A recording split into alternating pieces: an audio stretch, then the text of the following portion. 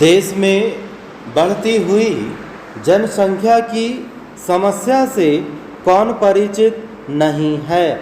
यही कारण है कि हमें अन्न, वस्त्र तथा आवास की ही समस्याएं घोर कष्ट दे रही हैं। इनसे निपटने के लिए हम लगातार प्रयत्नशील हैं। कल कारखानों, बिजली घरों, अस्पतालों, विद्यालयों, रहने के लिए मकानों का जाल बिछाया गया है।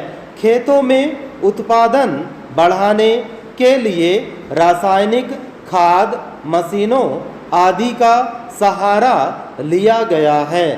कारखानों को रात दिन चलाकर उत्पादन बढ़ाया गया है। इस प्रकार हमारी राष्ट्रीय आय तथा प्रति व्यक्ति आय में वृद्धि हुई है। रोजगार के लिए अनेक अवसर जुटाए गए हैं। हमने विज्ञान के क्षेत्र में भी उल्लेखनीय प्रगति की है। नई नई खोजों में चिकित्सा जगत में भी क्रांतिकारी परिवर्तन हुए हैं। हम मृत्यु दर घटाकर 14/1000 ले आए हैं। आगे भी इसमें कमी करने का प्रयत्न जारी है, किंतु जिस अनुपात में हमें मृत्यु दर घटाने में सफलता मिली है, उसके अनुरूप जन्म दर को नहीं रोका जा सका है। आज हमारे देश की आबादी 60 करोड़ के लगभग पहुंच चुकी है। हर वर्ष देश में 1,45,00,000 की नई आबादी बढ़ती है। हमारी सारी प्रगति तथा उपलब्धियों को निगलने वाली यही बढ़ती हुई आबादी है। प्रति 1.5 सेकंड में एक नया बच्चा अपनी खुराक तथा कपड़े की मांग करने लगता है। चेंज प्रत्येक व्यक्ति को समाज तथा परिवार में सुखी जीवन व्यतीत करने का अधिकार है। समाजवादी समाज की स्थापना का यही मूल तत्व है। हर व्यक्ति को अन्न, वस्त्र और आवास की सुविधा होनी चाहिए। हमारे देश की केंद्रीय तथा राज्य सरकारें इसी दिशा में प्रयत्नशील हैं, किंतु इस अधिकार को पाने के लिए हमारा कर्तव्य भी है। इस कर्तव्य को पूरा करने के लिए हमें सीमित परिवार का सिद्धांत मानना ही होगा।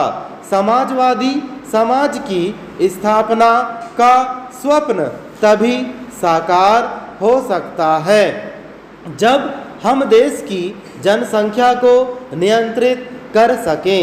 अवांछित रूप से बढ़ती हुई जनसंख्या पर बिना अंकुश लगाए हमारे लिए अपने लक्ष्यों की पूर्ति करना संभव नहीं है। परिवार कल्याण कार्यक्रम जनसंख्या नियंत्रण का एक क्रांतिकारी कार्यक्रम है। इसका मुख्य उद्देश्य जन्म दर की गति को धीमा करना है। विशेषज्ञों की राय है कि हमारी आबादी की वृद्धि दर 25 प्रति 1000 ही होनी चाहिए और यह लक्ष्य प्रत्येक दंपति के अधिक से अधिक 3 बच्चे होने पर ही प्राप्त किया जा सकता है। चेंज सुखी जीवन की तलाश में सीमित परिवार एक ऐसा आधार है जो हमें सुख के बहुत पास पहुंचा देता है। परिवार के बच्चों की संख्या सीमित होने से सभी के उचित पालन पोषण की बात एक तरह से निश्चित हो जाती है, जबकि असीमित संख्या वाले बच्चों के लिए सुविधाएं जुटाने की बात एकदम अनिश्चित रहती है। यहाँ एक प्रश्न यह भी उपस्थित होता है कि क्या आदमी के हाथ में सीमित परिवार का कोई उपाय भी है। विज्ञान ने आविष्कारों द्वारा यह सिद्ध कर दिया है कि सीमित परिवार अब कोई ईश्वरीय देन जैसी वस्तु नहीं है। जैसे विज्ञान की सहायता से मनुष्य की आयु बढ़ी है, वैसे ही अवांछित बच्चों के जन्म पर भी नियंत्रण करना संभव हो गया है।